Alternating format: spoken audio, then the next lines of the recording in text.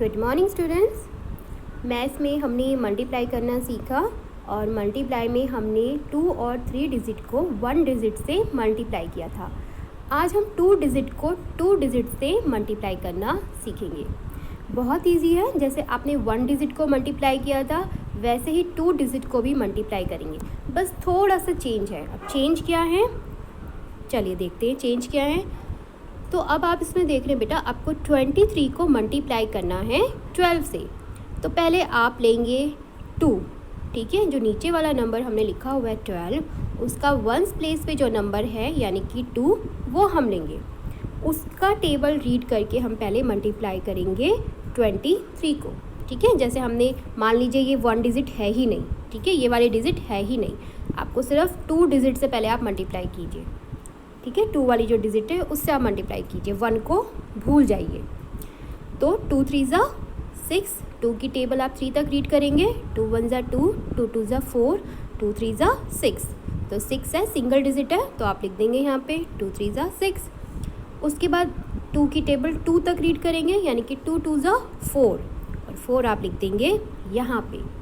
अब जो 1 आप भूल गए थे ना, जो दूसरी डिजिट को आप भूल गए थे, अब उसे याद करते हैं, ठीक है। अब इसको भी हम मल्टीप्लाई करेंगे 23 से। तो एक बार तो बेटा आपने किया 2 को मल्टीप्लाई किया 23 से, अब आप 1 को मल्टीप्लाई करेंगे 23 से। लेकिन इसके लिए आप क्या करेंगे बेटा, 6 के नीचे, ठीक है, आप मल्टीप्लाई का साइन लगाएंगे इस तरीके से। 6 के नीचे आप लगाएंगे मल्टीप्लाई का साइन। इसके नीचे आपको कोई नंबर, यानी कि जो 6 है वंस प्लेस पे जो नंबर डिजिट है उसके नीचे आप कोई नंबर नहीं लिखेंगे। अब जैसे आप सिंपल 2 को मल्टीप्लाई किया ना 23 से, वैसे ही 1 को मल्टीप्लाई कर दीजिए 23 से, यानी कि 1 की टेबल आप 3 तक रीड करेंगे। तो 1 1 ज़ा 1, 1 2 ज़ा 2 एंड 1 3 ज़ा 3। तो ये आ गया 3 आपने यहाँ पे लिख दिया। अब 1 की टेबल आप रीड करेंगे 2 तक, ठीक है। तो 1 1 ज़ा 1, 1 2 ज़ा 2। तो अब यहाँ पे लिख देंगे आप 2। अब आप ध्यान से देखेंगे बेटा, 6 के नीचे देखिए कोई डिजिट नहीं है, ठीक है, 6 के नीचे कोई डिजिट नहीं है। इसी तरीके से 2 के ऊपर भी कोई डिजिट नहीं है, ठीक है, 2 के ऊपर भी कोई डिजिट नहीं है। अब आपको क्या करना है, इन्हें प्लस, जैसे आप प्लस करते हैं वैसे सिंपल इनको प्लस करेंगे। किन को प्लस करेंगे, ये जो हमने मल्टीप्लाई किया है इन दोनों को, ठीक है, इन दोनों को आप करेंगे प्लस। तो 6 के नीचे कुछ नहीं है तो 6 लिख देंगे। 4 + 3 7, और 2 के ऊपर देखिए कुछ नहीं है तो 2 आ जाएगा। तो आपको जब आप 23 को 12 से मल्टीप्लाई करेंगे तो आपका आंसर आएगा 276। इसी तरीके से एक और देखते हैं, देखिए अब ये है आपके पास 45, और 45 को आपको मल्टीप्लाई करना है 23 से। तो आप सिंपल 2 को भूल जाइए, ठीक है, 2 को अभी आप भूल जाइए, और सिंपल जैसे आप 45 को 3 से मल्टीप्लाई करेंगे ना वैसे ही कीजिए। तो 3 की टेबल आप पहले रीड करेंगे 5 तक। तो 3 1 ज़ा 3, 3 2 ज़ा 6, 3 3 ज़ा 9, 3 4 ज़ा 12, 3 5 ज़ा 15। अब 15 में 2 डिजिट है ना, आप देख रहे हैं 15 में 2 डिजिट है, तो जो वंस प्लेस पे जो डिजिट है यानी कि जो 5 है वो आप लिखेंगे यहाँ पे नीचे, 3 के नीचे 5 लिखेंगे, और जो ये बचा हुआ 1 है इसको कैरी करेंगे ऊपर, जैसे प्लस माइनस में करते हैं वैसे ही।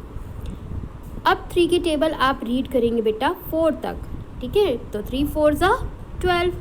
अब 12 में बेटा जो ये 1 कैरी लिया था ना 4 के ऊपर, देखिए 1 कैरी, 12 में वो 1 ऐड कर देंगे। तो 12 में हम 1 ऐड करेंगे तो हमारा आ गया 13। तो 13 पूरा लिख देंगे, क्योंकि 4 के बाद तो और कोई डिजिट है नहीं ना, तो हम 13 पूरा लिख देंगे। अब 2 को याद कर लेते हैं, जिस 2 को हम भूल गए थे ना अभी, अब इसको याद करते हैं, ठीक है। अब याद करके क्या करना है, सिंपल 5 के नीचे बेटा मल्टीप्लाई का साइन लगा देंगे, ठीक है। 5 के नीचे मल्टीप्लाई का साइन, 5 के नीचे आपको कोई डिजिट नहीं लिखनी है। अब 2 की टेबल बेटा आप रीड करेंगे 5 तक। 2 1 ज़ा 2, 2 2 ज़ा 4, 2 3 ज़ा 6, 2 4 ज़ा 8, 2 5 ज़ा 10। अब 10 में 2 डिजिट होती हैं, तो आप 1 डिजिट लेंगे जो वंस प्लेस पे, यानी कि 0। तो 0 आप लिखेंगे यहाँ पे, और जो 1 है इसको कैरी करेंगे ये 4 के ऊपर यहाँ पे। अब 2 का टेबल आप रीड करेंगे 4 तक। 2 4 ज़ा 8, 8 में आप बेटा ये जो 1 हमने कैरी लिया था उसको आप ऐड कर देंगे। 2 4 ज़ा 8 एंड +1 9। ठीक है, तो अब देखिए 5 के नीचे कोई नंबर नहीं है, इनको ऐड कर देंगे अब हम। तो 5 के नीचे कोई नंबर नहीं है तो 5 एज इट इज़ आ जाएगा। 3 + 0 करेंगे तो आ गया 3। ठीक है, 1 + 9 करेंगे तो आ गया आपका 10। तो 45 को जब आप 23 से मल्टीप्लाई करेंगे तो आपका आंसर आएगा 1035।